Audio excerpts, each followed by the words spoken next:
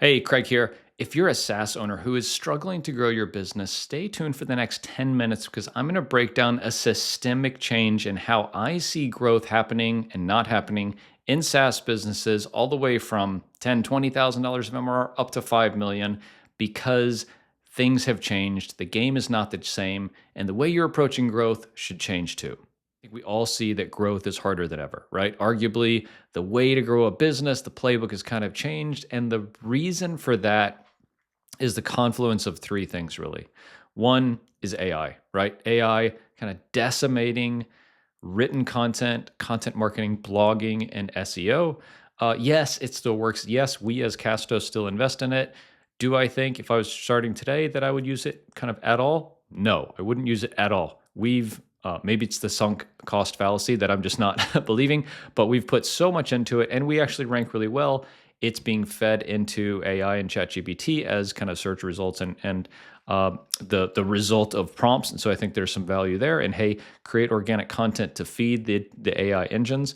That makes some sense. But the barrier to entry in written content and blogging and to conventional content marketing has been taken from you need to be a native English speaker and a really good writer and have all these skills to you need to be pretty good with Claude or ChatGPT, and then you need maybe an editor to kind of tweak it.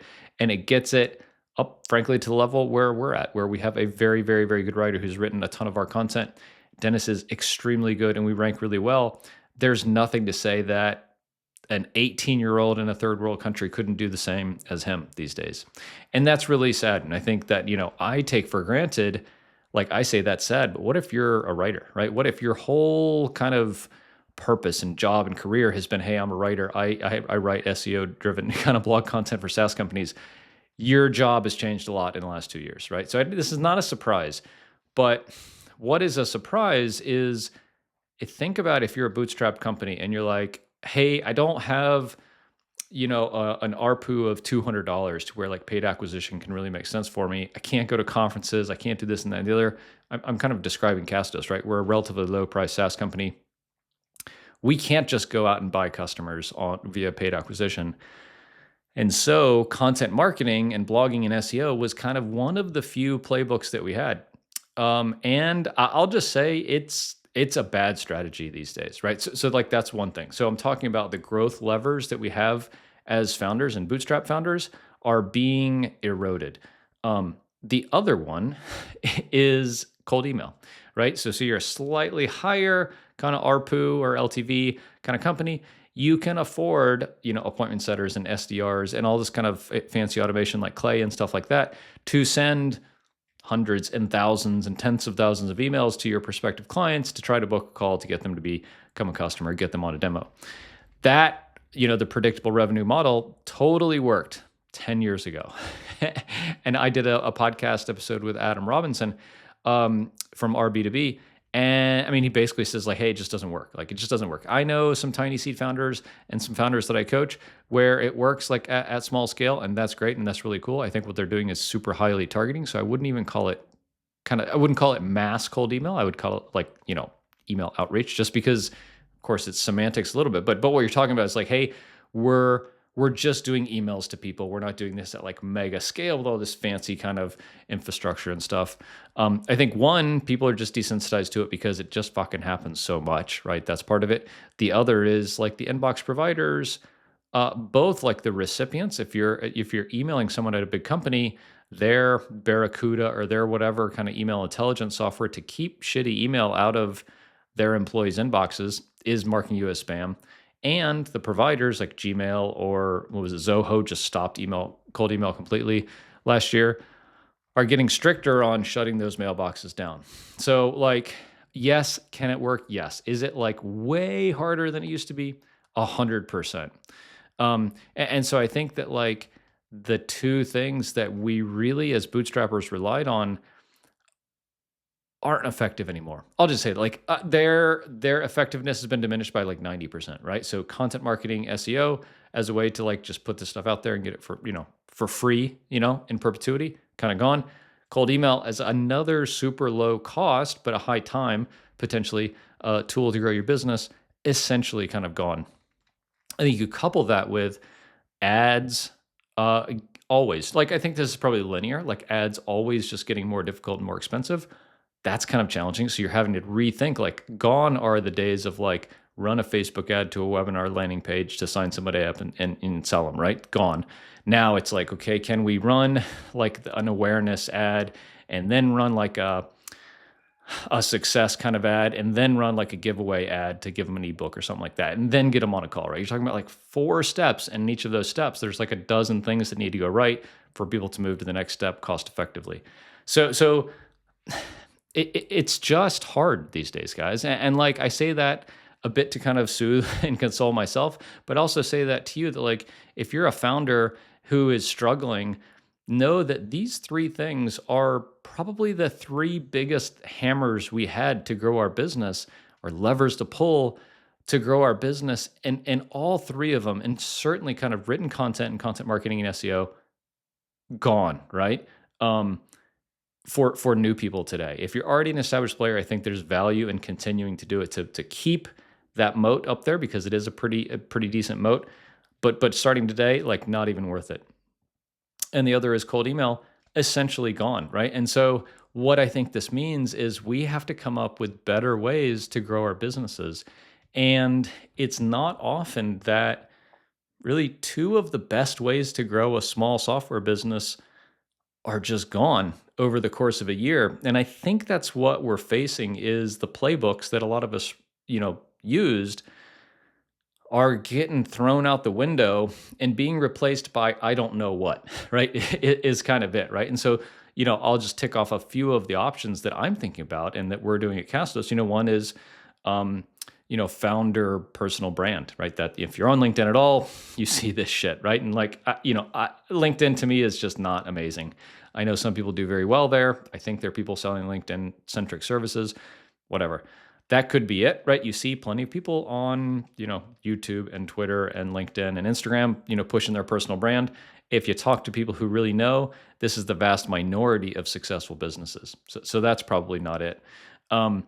I think utilizing AI in your business and using kind of proprietary data and AI to generate more valuable insights for your customers is probably one, but this is kind of product-led growth.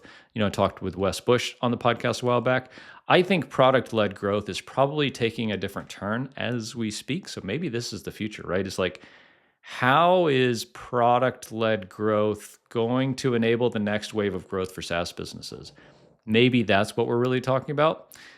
And then, and then I think, for me, the bet that we're placing is on YouTube.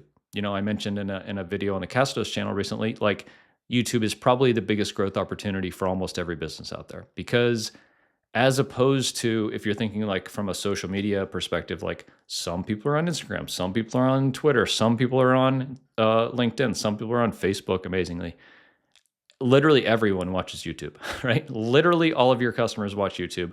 I don't care what kind of business you have, they're on YouTube. And so to me, if you want to take and kind of replace blogging and SEO with YouTube, that's cool. And then maybe you could kind of take and replace cold email outreach with like the founder personal brand outreach engagement stuff of social media. Maybe those are the analogies these days. I'm just thinking of this as I'm recording here, but maybe that's the analogy these days. And so I just want to bring this to light because I see this in my business, and between advising tiny seed companies and coaching about a dozen founders, I see a bunch of people scratching their head and saying, shit, like the stuff we used to do just ain't working anymore. We got to figure out a new way to bring customers in a cost-effective manner. And so I just want to like record this video to set the stage for what I think is happening and propose some thought experiments that you and your teams should go out and kind of look at and say, why is this happening? What can we do about it? And how can we think about recreating the good parts of those 2 big growth tactics and strategies that we used to have that are kind of gone? My kind of answer probably would be we can replace cold email with the founder brand social media. We can replace content marketing and SEO and blogging with YouTube. That probably is it.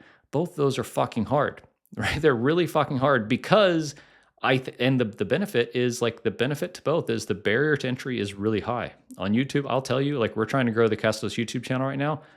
It's killing me. It is so hard. I love it. It's a really great challenge. because it's a little bit analytical, it's a little bit artistic, it's a little bit kind of thought leader. It's very kind of in line with us at Castos, but it's super hard. That's the opportunity too, right? The opportunity of YouTube is it's so hard to do that not a lot of people are doing it, right? That 18-year-old in a third world country probably ain't doing thought leader YouTube videos like this. So you can, and you have maybe have a leg up there. Plus, I think it has a barrier to entry over AI that written content just doesn't have right now. Will that get replaced? Yep. Will it be soon? Probably not. Will it still be obvious that it's you and not a human, not an AI bot?